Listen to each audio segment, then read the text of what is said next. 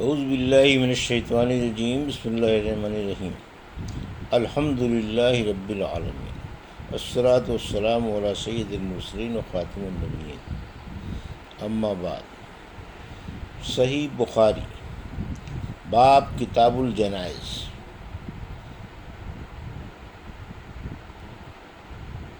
حدیث نمبر 1237، اردو ترجمہ۔ جنازوں کے بارے میں جو حدیثیں آئی ہیں ان کا بیان، اور جس شخص کا آخری کلام لا الہ الا اللہ ہو اس کا بیان۔ اور وہب بن منبہ رحمۃ اللہ علیہ سے کہا گیا کہ کیا لا الہ الا اللہ جنت کی کنجی نہیں ہے؟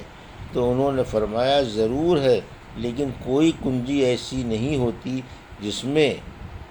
دندانے نہ ہوں، اس لیے اگر تم دندانے والی کنجی لاؤ گے تو تالا یعنی قفل کھلے گا، ورنہ نہیں۔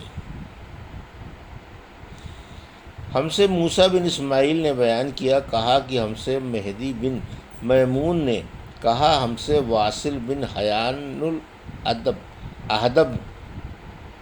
نے، ان سے معرور بن سوید نے بیان کیا، اور ان سے حضرت ابو ذر غفاری رضی اللہ عنہ نے کہا، رسول اللہ صلی اللہ علیہ وسلم نے فرمایا، خواب میں میرے پاس میرے رب کا ایک آنے والا فرشتہ آیا، اس نے مجھے خبر دی، یا آپ صلی اللہ علیہ وسلم نے یہ فرمایا کہ اس نے مجھے خوشخبری دی کہ میری امت میں سے جو کوئی اس حال میں مرے کہ اللہ تعالیٰ کے ساتھ اس نے کوئی شریک نہ ٹھہرایا ہو تو وہ جنت میں جائے گا۔ اس پر میں نے پوچھا، اگرچہ اس نے زنا کیا ہو، اگرچہ اس نے چوری کی ہو؟ تو رسول اللہ صلی اللہ علیہ وسلم نے فرمایا، ہاں، اگرچہ زنا کیا ہو، اگرچہ چوری کی ہو۔ حدیث نمبر 1238، اردو ترجمہ۔ ہم سے عمر بن حفص نے بیان کیا، کہا کہ ہم سے میرے باپ حفص بن غیاث نے بیان کیا، کہا کہ ہم سے اعمش نے بیان کیا، کہا کہ ہم سے شقیق بن سلمہ نے بیان کیا، اور ان سے عبداللہ بن مسعود رضی اللہ عنہ نے کہ نبی کریم صلی اللہ علیہ وسلم نے فرمایا، جو شخص اس حالت میں مرے کہ کسی کو اللہ کا شریک ٹھہراتا تھا تو وہ جہنم میں جائے گا، اور میں یہ کہتا ہوں کہ جو اس حال میں مرا کہ اللہ کا کوئی شریک نہ ٹھہراتا ہو وہ جنت میں جائے گا۔ حدیث نمبر 1239، جنازے میں شریک ہونے کا حکم۔ ہم سے ابو الولید نے بیان کیا، کہا کہ ہم سے شعبہ نے بیان کیا، ان سے اشعث بن ابی شعشع نے، انہوں نے کہا کہ میں نے معاویہ بن سوید بن مقرن سے سنا، وہ براء بن عازب رضی اللہ عنہ سے نقل کرتے تھے کہ ہمیں نبی کریم صلی اللہ علیہ وسلم نے 7 کاموں سے روکا۔ ہمیں آپ صلی اللہ علیہ وسلم نے حکم دیا تھا جنازے کے ساتھ چلنے، مریض کی مزاج پرسی، دعوت قبول کرنے، مظلوم کی مدد کرنے کا،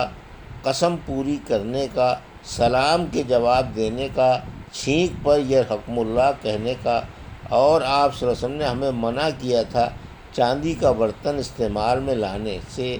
سونے کی انگوٹھی پہننے سے، ریشم اور دیباج کے کپڑوں کے پہننے سے، قصی سے، استبرق سے۔ حدیث نمبر 1240، اردو ترجمہ۔ ہم سے محمد نے بیان کیا، انہوں نے کہا کہ ہم سے عمرو بن ابی سلمہ نے بیان کیا، ان سے امام اوزاعی نے، انہوں نے کہا کہ مجھے ابن شہاب نے خبر دی، کہا کہ مجھے سعید بن مسیب نے خبر دی کہ ابو ہریرہ رضی اللہ عنہ نے بیان کیا کہ میں نے رسول اللہ صلی اللہ علیہ وسلم سے سنا ہے کہ مسلمان کے مسلمان پر 5 حق ہیں: سلام کا جواب دینا، مریض کا مزاج معلوم کرنا، جنازے کے ساتھ چلنا، دعوت قبول کرنا، اور چھینک پر اس کے الحمدللہ کے جواب میں یرحمک اللہ کہنا۔ اس روایت کی مطابقت عبدالرزاق نے کی ہے۔ انہوں نے کہا کہ مجھے معمر نے خبر دی تھی، اور اس کی روایت سلامہ بن روح نے بھی عقیل سے کی ہے۔ حدیث نمبر 1241 اور 242۔ میت کو جب کفن میں لپیٹا جا چکا ہو تو اس کے پاس جانا جائز ہے؟ ہم سے بشر بن محمد نے بیان کیا، انہوں نے عبداللہ بن مبارک نے خبر دی، کہا کہ مجھے معمر بن راشد اور یونس نے خبر دی، انہیں زہری نے کہا کہ مجھے ابو سلمہ نے خبر دی کہ نبی کریم صلی اللہ علیہ وسلم کی زوج مطہرہ حضرت عائشہ رضی اللہ عنہا نے انہیں خبر دی کہ جب آن حضرت صلی اللہ علیہ وسلم کی وفات ہو گئی، ابو بکر رضی اللہ تعالیٰ عنہ اپنے گھر سے جو سخ میں تھا گھوڑے پر سوار ہو کر آئے اور اترتے ہی مسجد میں تشریف لے گئے۔ پھر آپ کسی سے گفتگو کیے بغیر عائشہ رضی اللہ عنہا کے حجرے میں آئے، جہاں نبی کریم صلی اللہ علیہ وسلم کی لاش مبارک رکھی ہوئی تھی، اور نبی کریم صلی اللہ علیہ وسلم کی طرف گئے۔ حضور اکرم کو برد حبرہ یمن کی بنی ہوئی دھاری دار چادر سے ڈھانک دیا گیا تھا۔ پھر آپ نے حضور صلی اللہ علیہ وسلم کا چہرہ مبارک کھولا اور جھک کر اس کا بوسہ لیا اور رونے لگے۔ آپ نے کہا، میرے ماں باپ آپ پر قربان ہوں، اے اللہ کے نبی، اللہ تعالیٰ دو موتیں آپ پر کبھی جمع نہیں کرے گا سوائے ایک موت کے جو آپ کے مقدر میں تھی، سو آپ وفات پا چکے۔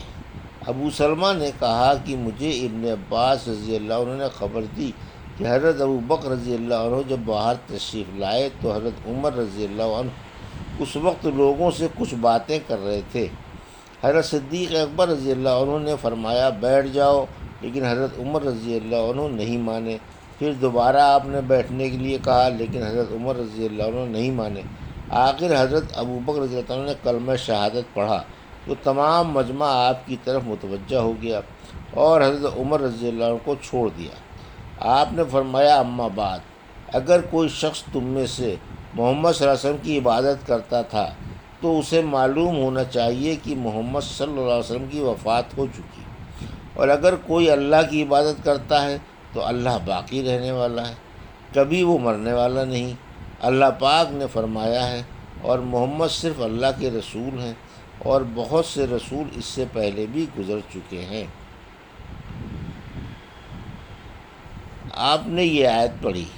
تلاوت کی، قسم اللہ کی ایسا معلوم ہوا کہ حضرت ابو بکر رضی اللہ عنہ کے آیت کے تلاوت سے پہلے جیسے لوگوں کو معلوم ہی نہ تھا کہ یہ آیت بھی اللہ پاک نے قرآن مجید میں اتاری ہے۔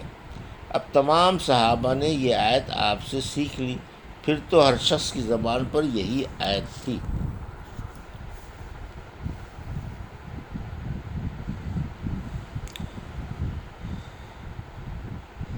حدیث نمبر 1243۔ ہم سے یحییٰ بن بکیر نے بیان کیا، کہا کہ ہم سے لیث بن سعد نے کہا، ان سے عقیل نے، ان سے ابن شہاب نے، انہوں نے فرمایا، مجھے خارجہ بن زید بن ثابت نے خبر دی کہ ام العلا انصار کی ایک عورت نے، جنہوں نے نبی کریم صلی اللہ علیہ وسلم سے بیعت کی تھی، نے انہیں خبر دی کہ مہاجرین قرعہ ڈال کر انصار میں بانٹ دیے گئے، تو حضرت عثمان بن مظعون رضی اللہ عنہ ہمارے حصے میں آئے، چنانچہ ہم نے انہیں اپنے گھر میں رکھا، آخر وہ بیمار ہو گئے اور اسی میں وفات پا گئے۔ وفات کے بعد غسل دیا گیا اور کفن میں لپیٹ دیا گیا تو رسول اللہ صلی اللہ علیہ وسلم تشریف لائے۔ میں نے کہا، ابو صاحب، آپ پر اللہ کی رحمتیں ہوں، میری آپ کے متعلق شہادت یہ ہے کہ اللہ تعالیٰ نے آپ کی عزت فرمائی ہے۔ اس پر نبی کریم صلی اللہ علیہ وسلم نے فرمایا، تمہیں کیسے معلوم ہوا کہ اللہ تعالیٰ نے ان کی عزت فرمائی ہے؟ میں نے کہا، یا رسول اللہ، میرے ماں باپ آپ پر قربان ہوں، پھر کس کی اللہ تعالیٰ عزت افزائی کرے گا؟ آپ نے فرمایا، اس میں شبہ نہیں کہ ان کی موت آ چکی، قسم اللہ کی کہ میں بھی ان کے لیے خیر ہی کی امید رکھتا ہوں، لیکن واللہ مجھے خود اپنے متعلق بھی معلوم نہیں کہ میرے ساتھ کیا معاملہ ہوگا، حالانکہ میں اللہ کا رسول ہوں۔ ام العلا نے کہا کہ خدا کی قسم اب میں کبھی کسی کے متعلق اس طرح کی گواہی نہیں دوں گی۔ ہم سے سعید بن عفیر نے بیان کیا اور ان سے لیث نے سابقہ روایت کی طرح بیان کیا۔ نافع بن یزید نے عقیل سے ما یفعل بی کے بجائے ما یفعل بہ کے الفاظ نقل کیے ہیں، اور اس روایت کی مطابقت شعیب، عمرو بن دینار اور معمر نے کی۔ حدیث نمبر 1244 اردو ترجمہ۔ ہم سے محمد بن بشار نے بیان کیا، انہوں نے کہا ہم سے غنزر نے بیان کیا، انہوں نے کہا ہم سے شعبہ نے بیان کیا، انہوں نے کہا کہ میں نے محمد بن منقدر سے سنا، انہوں نے کہا کہ میں نے جابر بن عبداللہ رضی اللہ عنہ سے سنا، انہوں نے کہا کہ جب میرے والد شہید کر دیے گئے تو میں ان کے چہرے پر پڑا ہوا کپڑا کھولتا اور روتا تھا، دوسرے لوگ تو مجھے اس سے روکتے تھے، لیکن نبی کریم صلی اللہ علیہ وسلم کچھ نہیں کہہ رہے تھے۔ آخر میری چچی فاطمہ رضی اللہ عنہ بھی رونے لگیں، تو نبی کریم صلی اللہ علیہ وسلم نے فرمایا تم لوگ رو یا چپ رہو، جب تک تم لوگ میت کو اٹھاتے نہیں، ملائکہ تو برابر اس پر اپنے پروں کا سایہ کیے ہوئے ہیں۔ اس روایت کی مطابقت شعبہ کے ساتھ ابن جریج نے کی، انہیں ابن منقدر نے خبر دی اور انہوں نے جابر رضی اللہ تعالی عنہ سے سنا۔ یہ تھی صحیح بخاری باب کتاب الجنائز کی حدیث نمبر 1237 سے 1244 کا اردو ترجمہ، جو ابھی آپ نے سماعت فرمایا۔ اللہ سے دعا ہے کہ اللہ ہمیں ان حدیثوں کی صحیح سمجھ عطا فرما اور ان پر عمل کرنے کی توفیق عطا فرما، آمین یا رب العالمین۔